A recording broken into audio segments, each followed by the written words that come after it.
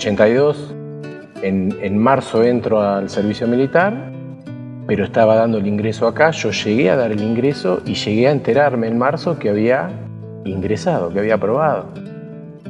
Pero bueno, el 2 de marzo entré al ejército y el 2 de abril arrancó el tema. Y para fines de abril nos fuimos para allá.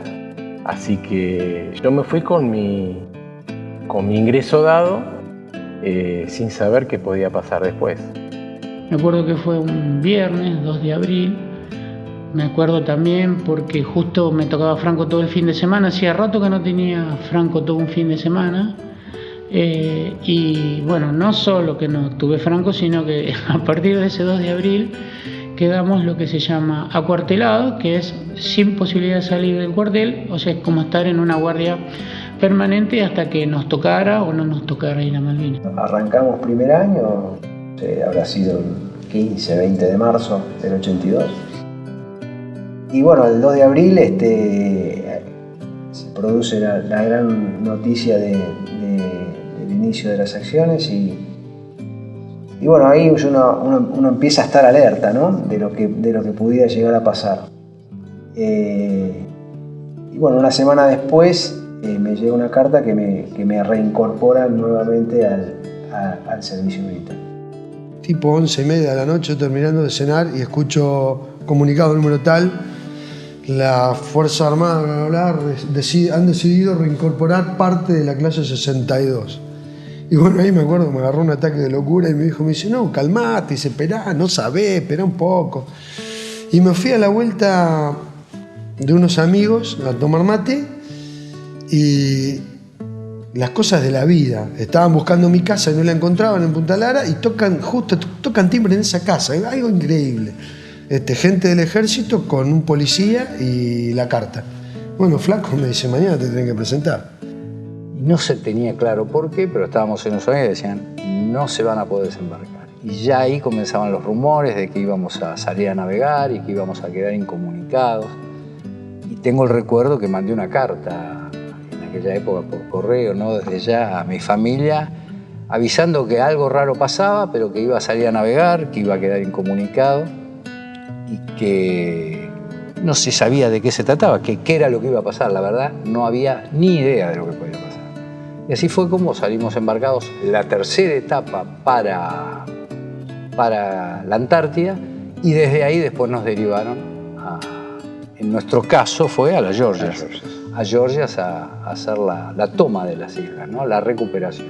Me acuerdo que volví un día de cursar en la facultad, yo hacía turno de noche, y era el 5 o 6 de abril, que mi mamá dejaba una comida calentita preparada, y me siento a comer. En casa no teníamos teléfono, pero sí había un pequeño televisor, y veo el noticiero y dice, a partir de mañana todos los soldados que fueron dados de baja tienen que volver a sus cuarteles. Y ahí me acuerdo que la comida como que se trabó un poquitito y dije, ese soy yo. Hasta que me movilizaron. O sea, yo tenía 2 o 10 días de presente y desaparecí. Empiezan los primeros días de marzo, yo entusiasmado ya, qué sé yo, voy a la UTN, qué sé yo. Empiezo a comprar vengo a las primeras clases, matemática, análisis, todo eso. Compro los primeros apuntes y de repente los compañeros que tenía ahí, eventuales, que había organizado, ya no me ven más. Se preguntan y no sabemos dónde está, qué sé yo. Bueno, la cuestión es que el 10 de abril nos vuelven a convocar, me vuelven a convocar a mí. Él ya estaba adentro, no salió nunca, pobre. Pero recién entraba. Yo entraba hacía 20 días. Me vuelven a convocar a mí para que vuelva al cuartel de Ciudadela. Bueno, dejé mi parte universitaria, había sido muy corta, y me fui nuevamente al cuartel de Ciudadela. En el cuartel de Ciudadela era soldado clase 62, que decían soldado viejo, qué sé yo. Bueno, yo quería seguir estudiando ingeniería, podremos salir, podemos no salir, no sé. A mí me llevó mi viejo de vuelta al cuartel y yo no me pude despedir a mi viejo, no le di un abrazo, porque no podía. Lo saludé y me fui adentro. Es que a mí también me llevaron hasta el cuartel un sábado a la mañana, no lo olvido nunca. Yo fui con la convicción de que no íbamos a ir a ningún lado. Esa era la convicción, al menos que teníamos. Nosotros ya lo sabíamos.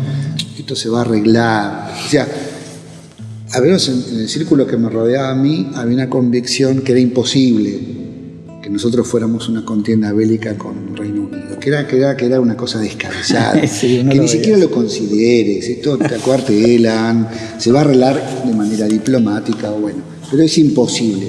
Claro, tanto imposible, uno se va con la idea de que puede pasar, que ya me pasó, pero yo me fui con esa convicción. Y un determinado día, el 8, gracias a Semana Santa, me llaman para reincorporarme al día siguiente. Entonces cursé 15 días, más o menos así. Y bueno, y fui a la guerra.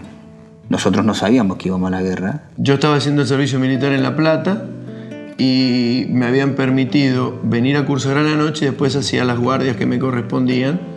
Estaba en el regimiento creo que hasta el mediodía, más o menos.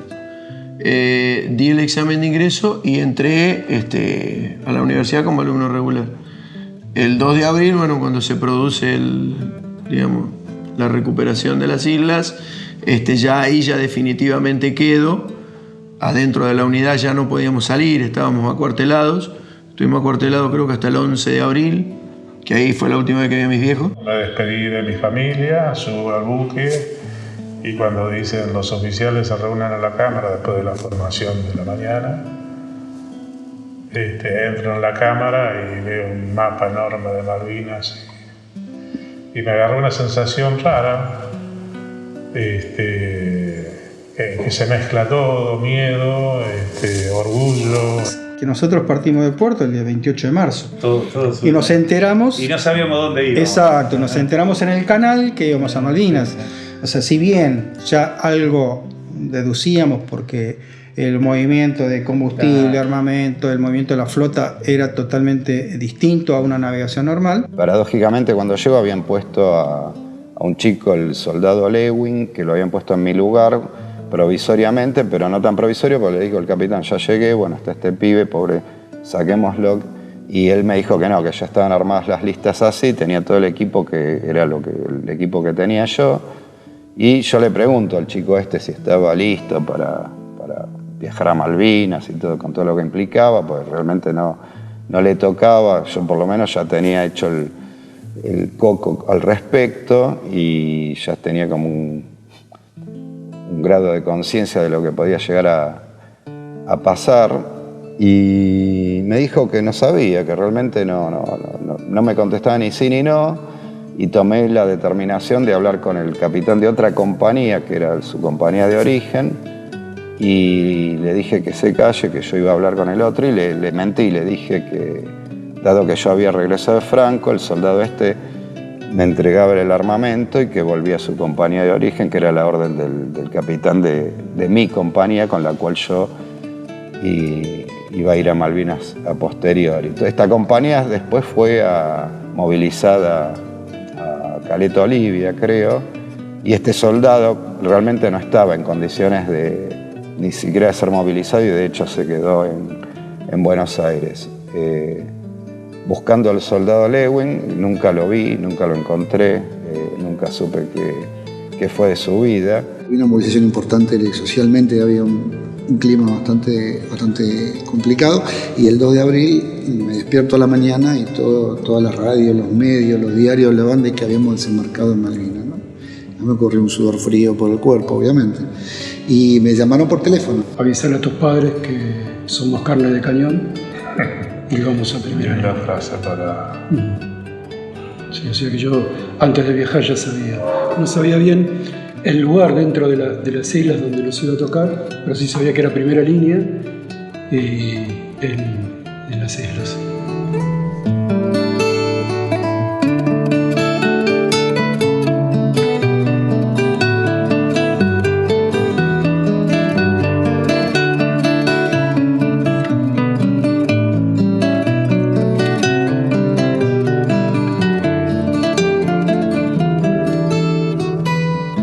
Si bien la euforia general de ese momento, toda la Argentina nos llevaba, hasta nos creíamos que estábamos formando parte de algo muy importante en la vida de un país, pero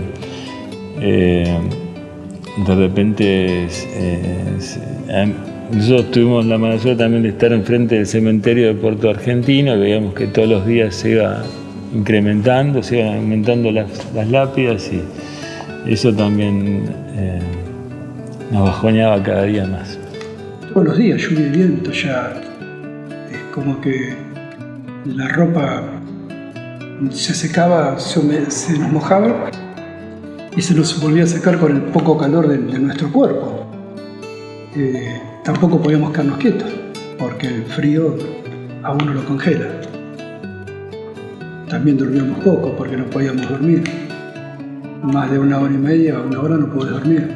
Participé en el conflicto de Malvinas casi en todo, porque estuve el 2 de abril en la toma de Malvinas, de Puerto Argentino, operando desde el rompehielos Almirante Irizar, después desde el portaaviones 25 de mayo, no en combate, pero casi entramos en combate con los ingleses, y después también con el Almirante Irizar, el rompehielos como buque hospital. Así que estuve el día que se tomó y el día de la caída de Puerto Argentino.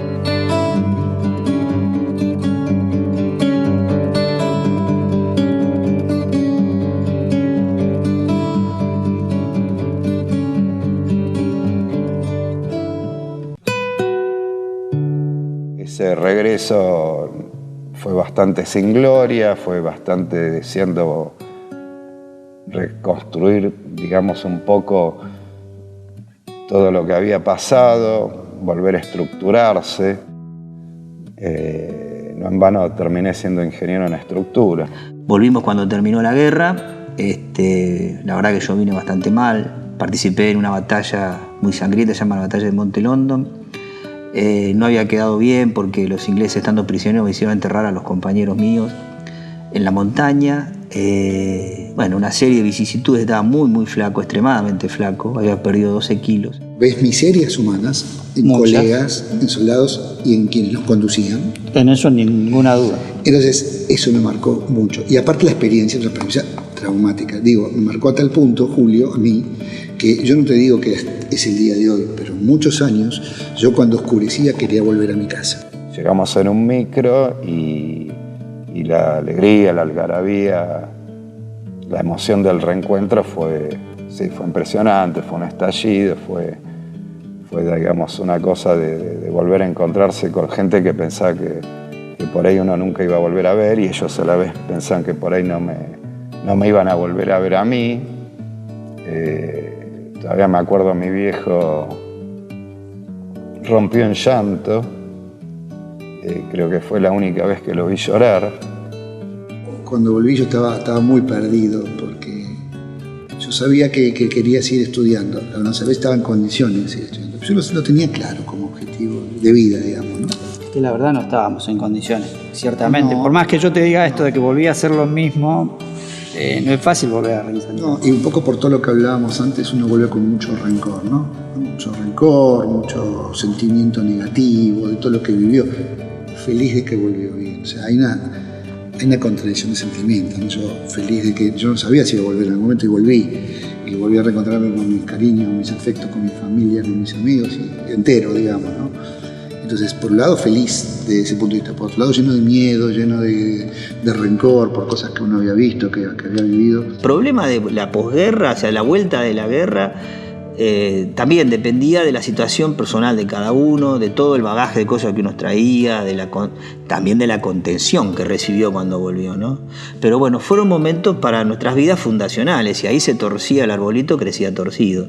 Y ahí, bueno, la familia, la novia que yo tenía, que no es mi esposa, pero nos peleamos al poco tiempo, pero que vivió la época, mi esposa actual, que hace poco tiempo después nos pusimos, o sea, todos los afectos, incluso la facultad, nos hizo que nosotros nos centremos en, digamos, pasó esto, gravísimo, vamos para adelante.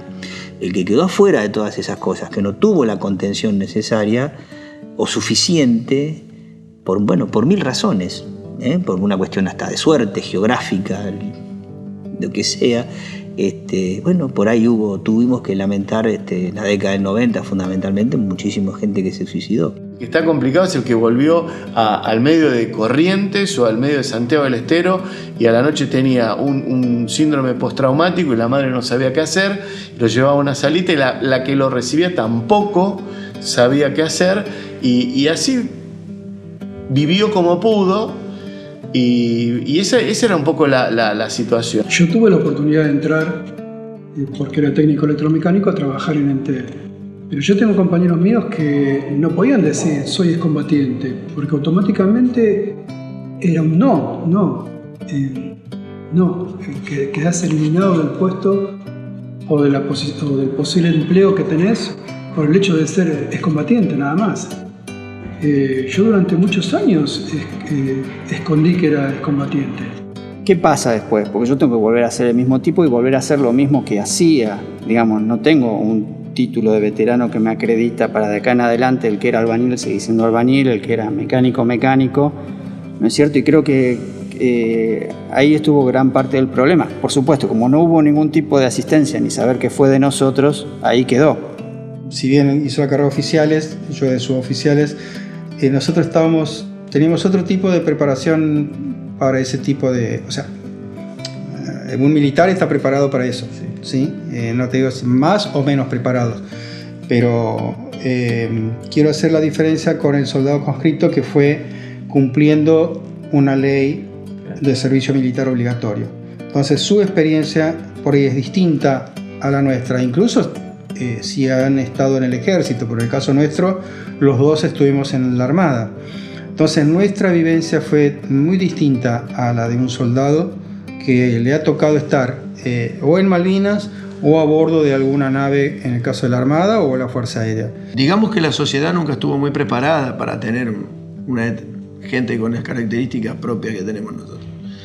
Pero no fue ni más ni menos, o sea, era un periodo de crisis del país y como tal la universidad era un reflejo de lo que estaba sucediendo en el país, ¿no? Empecé a buscar trabajo y fue lo más difícil de todo porque al ser técnico electrónico, al tener 2 idiomas y buenas calificaciones, me avalaban el ingreso a varias empresas que me presenté, multinacionales, pero cuando me preguntaban mi condición de haber estado en Malvinas y yo orgulloso les decía que sí, me dijeron, no, loquitos de la guerra no podemos tomar, así que gracias, pero le digo, señor, yo tengo que trabajar, necesito trabajar. Y dice, bueno, acá no, gracias, córrase. Inventé un currículum inventando algo en el año 82. Claro, no mencionando, porque encima él tiene un año solo, yo tenía los otros años de la Armada, o sea que no quería tener, no podía mencionar que había estado entre el 78 y el 84 que tuve. Esos años tenía que borrarlos y hacerlos todos distintos. Prácticamente lo callamos, no lo mencionábamos, no era algo, porque inclusive en nuestra etapa profesional, después los primeros trabajos por ahí por los 90, no mencionábamos haber estado en Malvinas porque por el temor típico del empleador que decía, tengo un guerrero, tengo un loco de la guerra, tengo, no sé. Imagínate que vos tenés un hijo y vos no podés hablar de tu hijo y no podés caminar por la calle y no podés presentarlo con orgullo y no podés hablar del tema. Entonces nosotros no hablábamos prácticamente del tema de Malvinas en los 80 y pico después de la guerra porque la gente terminaba hablando de el gobierno del proceso, de la dictadura y nosotros no teníamos nada que ver. Nada que ver con eso, no teníamos nada que ver con esa decisión y quedamos envueltos en todo ese rollo, entonces terminamos hablando de una cosa de la que no queríamos hablar. Yo creo que a mí me marcó, para mí hay una antes y un después, yo no puedo decir que no me marcó, a mí me marcó muchísimo. Yo cuando pienso que tenía 19 años, cuando fui casi 20, digamos, ya lo miro hoy y digo, a mí me marcó definitivamente en todo sentido. Como yo te contaba, yo vine con una mezcla de sentimientos, ¿no? y muy que no sabía dónde estaba. Entonces estaba contento por un lado y feliz y agradecido que había vuelto bien, y por otro lado con mucha bronca, haber pasado lo que pasamos. En el medio llaman a mi casa, cuando yo estaba en el barco viniendo para acá, diciendo del ejército que yo había muerto. Entonces en mi casa fue una tragedia y no pasaron, 10 minutos. Esto he contado por mi madre, por mi hermana que vivió en ese momento, que vuelven a llamar diciendo disculpen, fue un error. Entonces, ese tipo de cosas pasaban. Ya a la vuelta, ya uno se da cuenta que es mortal y que no hizo muchas cosas, entonces medio se desbarajusta, como para decirlo en palabras legales, anda de acá para allá, y los familiares dicen, che, loco, ¿por qué no retomás los estudios? Dice, volvé. Encima yo soy de una familia de inmigrantes, ellos la sabían en carne propia lo que es la guerra, la posguerra. A mí me quedaba pendiente seguir con lo que había dejado, que era mi carrera. Yo estaba allá esperando que se termine para poder continuar con lo que yo había dejado pendiente. Después de unos años analicé que por ahí me ayudó a sobrellevar todos esos días y todas esas navegaciones y todas esas incertidumbres que teníamos de cuánto iba a durar, dónde íbamos a estar. Yo tenía que volver para continuar con lo que estaba pendiente. No podía concentrarme, ¿no? O sea, mi concentración duraba muy poco. Incluso hoy día, que ya estoy grande, mi concentración es mucho mejor de la que tenía en ese momento, que tenía 21 años. Volví a casa, volví con toda la guerra encima, qué sé yo, y un poco medio abatido, qué sé yo, medio desganado, medio no sé cómo hacer las cosas.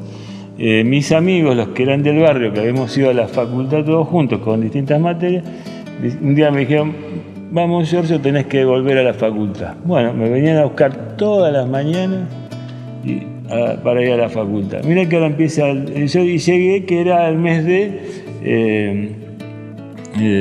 fin de junio, por ahí. En julio empezaban las vacaciones, la última semana antes de que empiecen las vacaciones de invierno. Y entré, bueno, me presentaban una profesora, la otra, entre las que me presentaron fue a Perla Gavizón. Veo cómo vuelvo a empezar a estudiar, o cómo empiezo a estudiar. Y acá se nos presenta una autoridad en su momento y nos dice que no nos habían pasado las faltas, cosa que le agradecí por no haberlo hecho, y que las materias que se habían cursado en esos 90 días las teníamos que estar rindiendo dentro de los 15 a 20 días. Y francamente no me sentí acorde ni preparado para seguir estudiando, así que directamente no volví a pasar la facultad hasta hace un par de años atrás. Cuando pude recuperarme de poder volver a estudiar, de poder estar de vuelta en carrera, me acuerdo que con Carlos Verdi, terminé de dar estabilidad 3 y me saco un 9. Y me voy al patio, que era de noche, muy tarde, y me pongo a llorar, pero tengo como una puesta a tierra impresionante, porque era...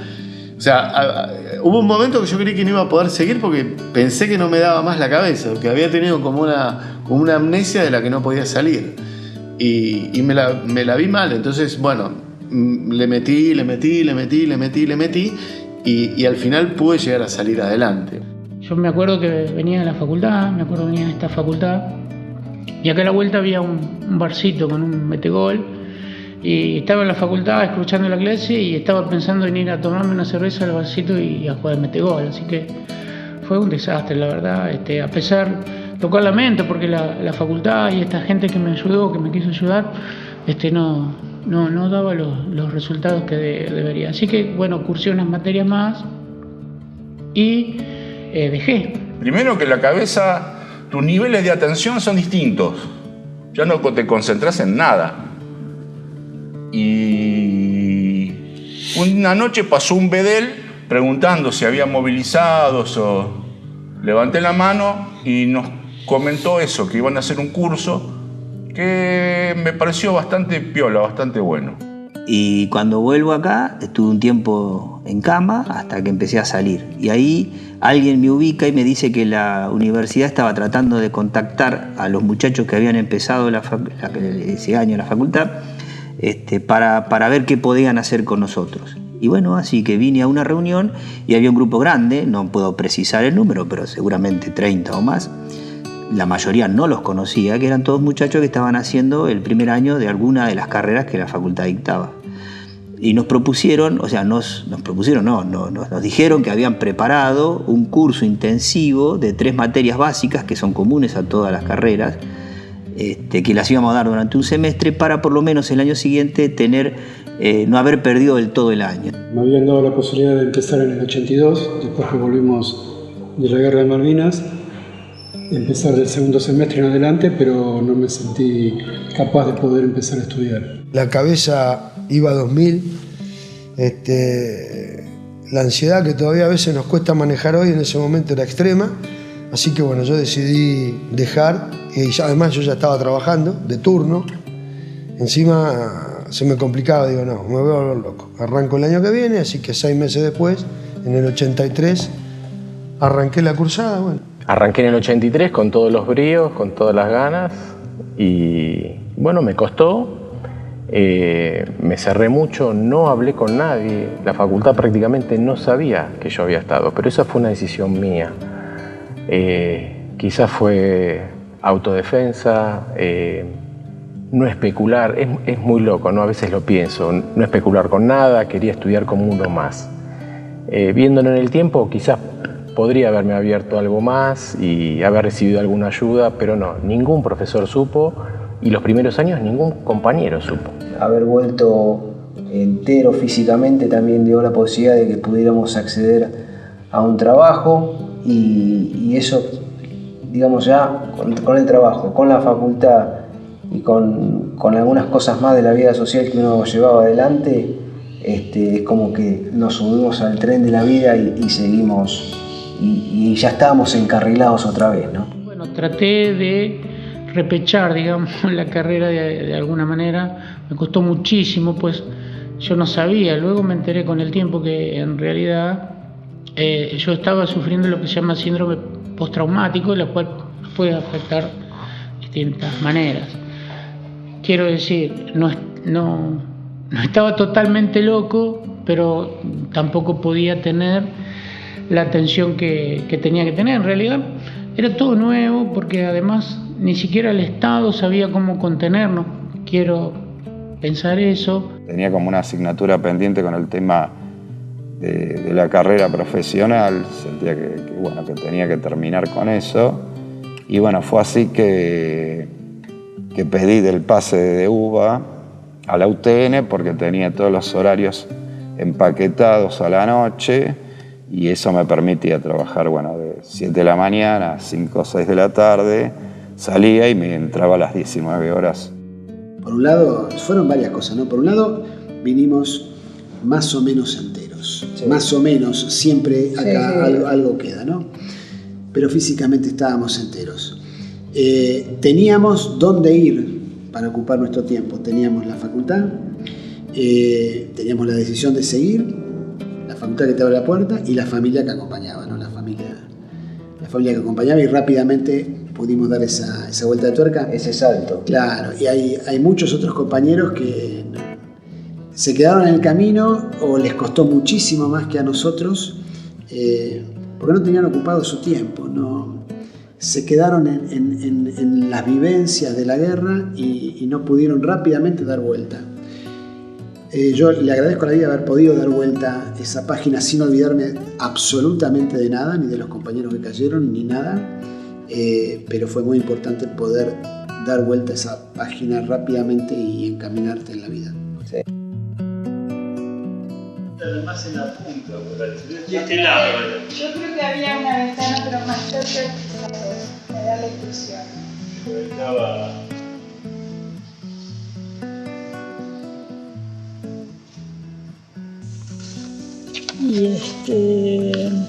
Pero en esta lista no estabas vos. Yo no sé por qué yo te agregué acá. Y hay una persona. Y esta lista debería tener la fecha en que a mí me la dieron, pero acá no lo veo. Porque lo agregué al final por esto de que él se incorporó más tarde, que estuvo ausente del primer parcial. El segundo parcial en noviembre lo dio con 6.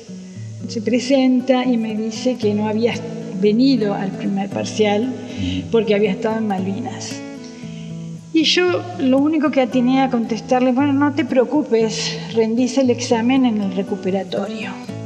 Y terminó eso, de repartir las notas, nos fuimos. Después venían las vacaciones de invierno, me parece a mí. Sí, Y yo después que me fui me quedé con una culpa por la manera en que le contesté, ¿no? Porque te contesté como si me hubiera dicho, fui al dentista y me saqué una muela.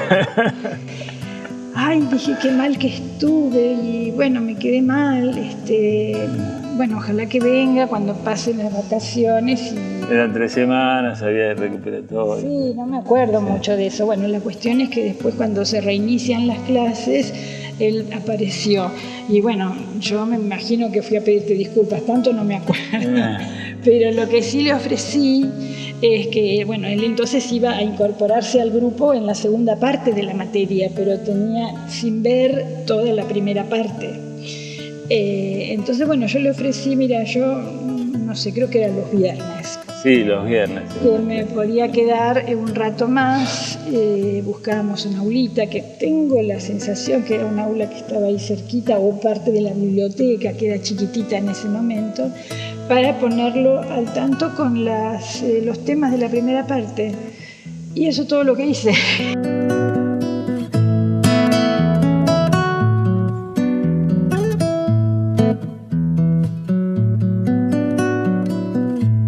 Hipólito es el representante para mí de que él, no sé si sin saberlo o no, que en ese momento me dio una mano como para decir, bueno, seguís en carrera.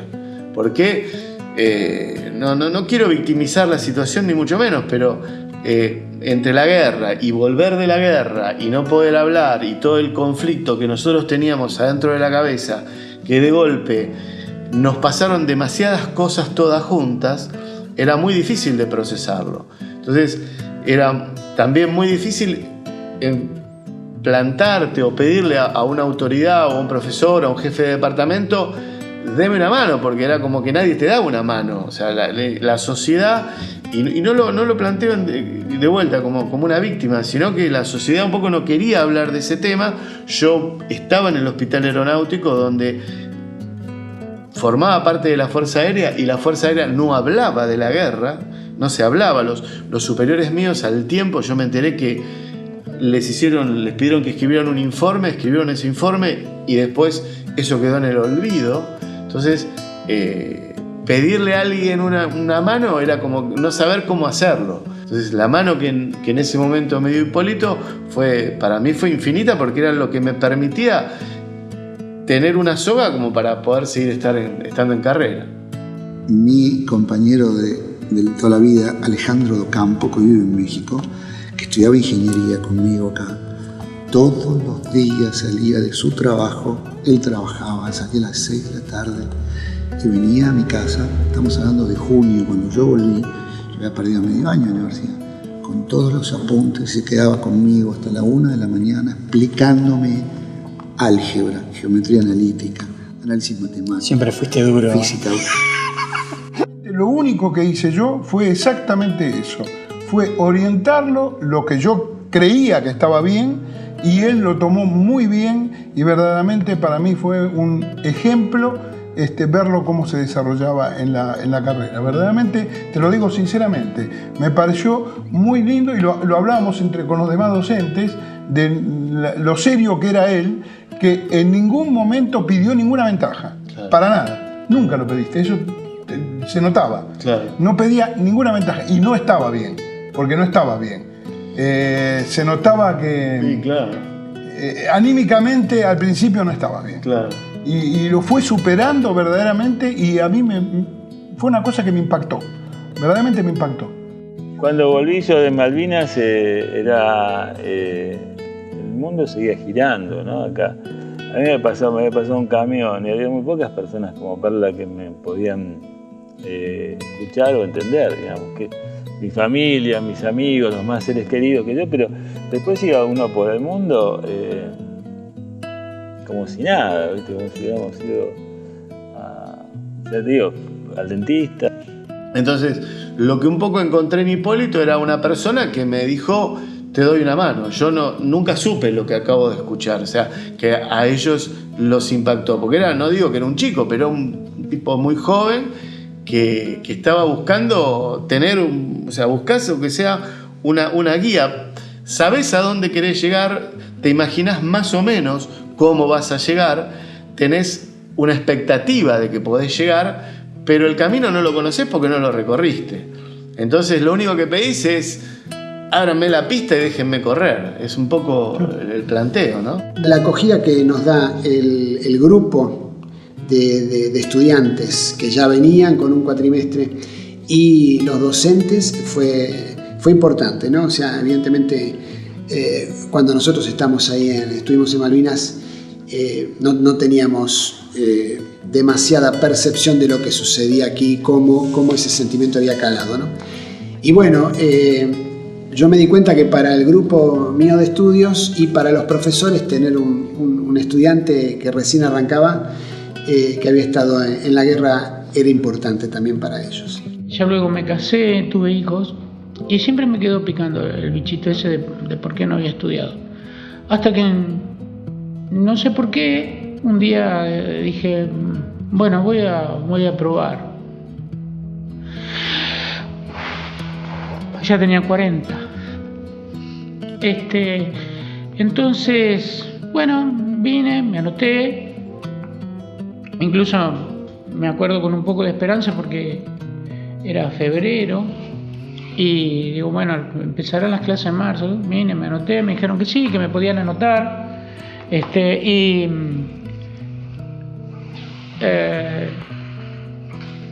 Pregunté, bueno, ¿cuándo empezaron las clases? Y me dicen, mañana. Calor, me acuerdo, y yo, bueno. Y nada, cuando llegó el día de la graduación me llevé la sorpresa que no solo había podido terminar después de tantas vicisitudes, sino que me avisaron que me iban a dar la bandera. Y me acuerdo que muchos compañeros preguntaban, ¿qué le dan la bandera porque es veterano de guerra? Y yo le dije, no, tarado, es porque bueno, había tenido el mejor promedio de la camada. y fue un honor realmente, después de tantas controversias, tanta lucha, poder recibirme con honores también fue un momento muy grato. Y a veces lo hablamos entre nosotros, vos podés ir al mejor terapeuta, pero el único que te va a entender es el tipo que pasó lo mismo que vos. Es decir, podés hablar con cualquiera, pero cuando vos hablas con otro veterano, podés estar hablando en serio, haciendo pavadas de chicos, porque las hacemos todavía, o hablando de una situación muy seria o fea que vivimos allá, y el único que te puede entender es el que estuvo allá con vos y vivió algo igual o parecido. Personalmente, la facultad nos ordenó, nos volvió a poner los pies sobre la tierra, porque bueno, después de un periodo de desconcierto uno tenía que seguir viviendo y tenía que seguir tras las cosas y los objetivos o los proyectos que uno tenía trazado.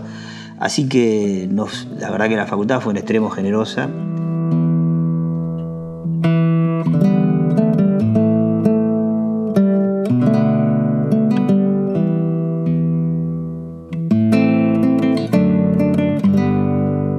Este 22 del 8 lo que hizo este encuentro que por suerte generó la UTN, la Regional Buenos Aires,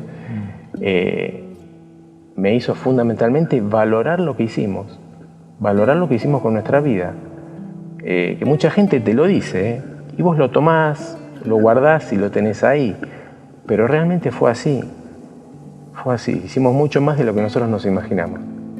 Y ese encuentro fue importante, ¿no? No estoy solo acá en esta facultad, hay otros como yo. Creo que más se lo debía a la tecnológica, a ella misma, porque no era consciente de lo que había hecho con nosotros. Creo que ustedes son esa herramienta, ¿no? Que le hace a que la universidad ponga en valor aquello que hizo, que en otras facultades vos sos un número, cursás o no cursás, a nadie le importa. En la forma de cursada que tiene la tecnológica, yo no iba un día a cursar porque, bueno, por alguna razón, y alguien te preguntaba por qué no había ido. Todo eso hizo ese aligazón entre la gente, entre los compañeros y la facultad. Para mí es muy importante el reconocimiento que nos dio la facultad. Es importantísimo porque ahí se plasma lo que hicimos en la vida militar y lo que hicimos en la vida civil y cómo se se congenian las dos cosas, cómo se unen las dos cosas, y recibir de parte de mi facultad, de mi universidad, reconocimiento, es, bueno, como decimos los veteranos, ¿no?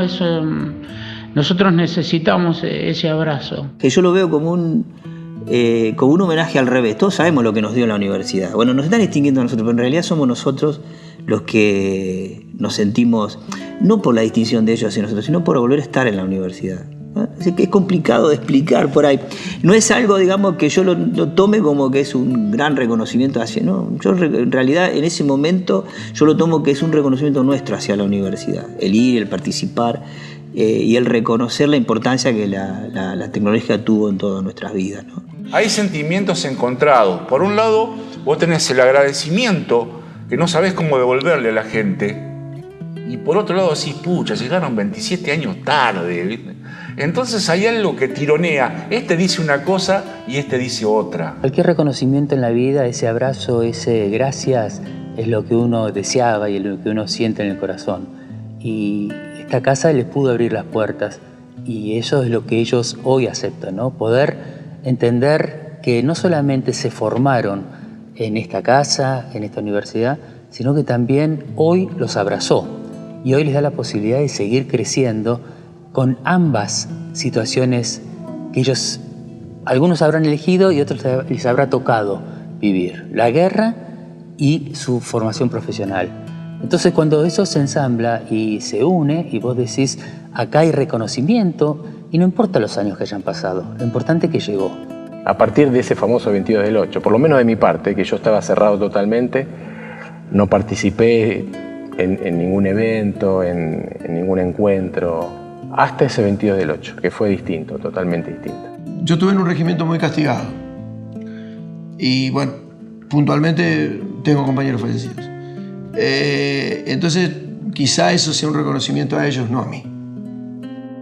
O sea, mi vieja hace 37 años que brinda conmigo y otros no. Yo tuve mis hijos, otros no pudieron tener. O sea, para la facultad sí pasó a ser importante el tema. Yo no me acuerdo que se haya nunca nombrado ni siquiera un 2 de abril acá, ni que se haya puesto un cartelito o algo, y que de pronto tenga vigencia, tenga notoriedad, la pucha sí cambia el tema. Y nos formó como ingenieros profesionales y después, 35 años después, el decano mismo, Guillermo, tranquilo, viene, nos abraza a todos, nos vuelve a abrazar nuevamente en esta casa. Mirá, esta es la UTN, es la casa de ustedes, nos dijo, ¿viste? Y después de tantos años decir, muchachos, vengan que queremos retribuirles eso o queremos reconocer lo que hicieron, en mi caso fue muy emotivo. Yo la verdad que lo sentí de una manera muy bien. Fue muy conmovedor ver un montón de gente que había pasado más o menos lo mismo y que en ese lugar donde estuvimos tantos años, casi todos los días. Y agradecer el reconocimiento, ¿viste? Es algo que nunca vamos a terminar de agradecer. Es algo que, si bien llegó tarde, vino, ¿viste? Y a veces nos faltan las palabras para eso. Se nos abren las puertas en las escuelas, en las instituciones, en las entidades, en distintos municipios donde vos decís, hay gente dispuesta a escuchar. Nosotros no somos ni víctimas ni pobrecitos. Nos tocó, por la Carta Magna de la Constitución Nacional, cumplir con ese rol de defender la patria en un momento determinado de nuestra historia. Que este abrazo ocurra, ¿no? Y que quede como un abrazo permanente y que sea más fuerte en algunos momentos y por ahí, bueno, aflojar y liberar y ya ir relajando un poco con todas estas cuestiones, ¿no? Bueno, hoy simplemente queremos eso, ¿no? Poder sentarnos a hablar de igual a igual, contarles lo que se vivió y lo que nos tocó vivir, pero fundamentalmente para qué estamos hoy. Estudiar carreras difíciles como las que estudiamos y con la carga de haber estado viviendo algo que nadie lo esperaba, digamos. Fue algo que surgió y se le puso el pecho y ahí estuvimos, ¿no? Haciendo lo que correspondía. Hoy siento mucho orgullo de pertenecer a ese grupo, realmente. Acrecentamos el sentido de pertenencia que todos los tecnológicos tenemos por la Universidad Tecnológica, lo acrecentamos con eso de que además somos todos excombatientes y, como dicen, la turba nos hermanó. Y estoy contento de que hayan tomado esa iniciativa en este momento que todavía los tienen, porque es la ley de la vida, en algún momento no vamos a estar. Y que el reconocimiento llegue ahora en vida, eso lo reconforta mucho a uno. Sí, ser un veterano tecnológico hoy para mí se resume muy concretamente en una sola palabra, que es orgullo. Cosa que no había sentido yo en los años anteriores, o sea, antes de estos 35, que se cumplieran estos 35 años. Y hoy, en la medida que nos encontramos, que hablamos, que recordamos y valoramos lo que hemos hecho, la palabra es orgullo. Para mí se resume en orgullo. En todos los años que había vivido, después de la guerra, yo no conocía veteranos tecnológicos, ni conocía profesionales excombatientes. No los conocía que se hubieran recibido después. Y con la Universidad Tecnológica, haciéndonos de madre protectora de todos nosotros, es una sensación muy, muy linda poder participar de este grupo. De todos los que pasamos por estas aulas y nos preparamos para salir a la vida como ingenieros, también abrió sus puertas y recibió y acogió, no solo como estudiantes, dándonos herramientas para trabajar y para trabajar para la sociedad, sino ahora desde este lugar donde podemos ser recibidos y contenidos como los que fuimos a la guerra de Malvinas, ¿no? Los ingenieros que pasamos por aquellas instancias. Cuando fue uno de los actos el año pasado, yo tenía que repartir los pins de la UTN a los invitados. Y por supuesto venían invitados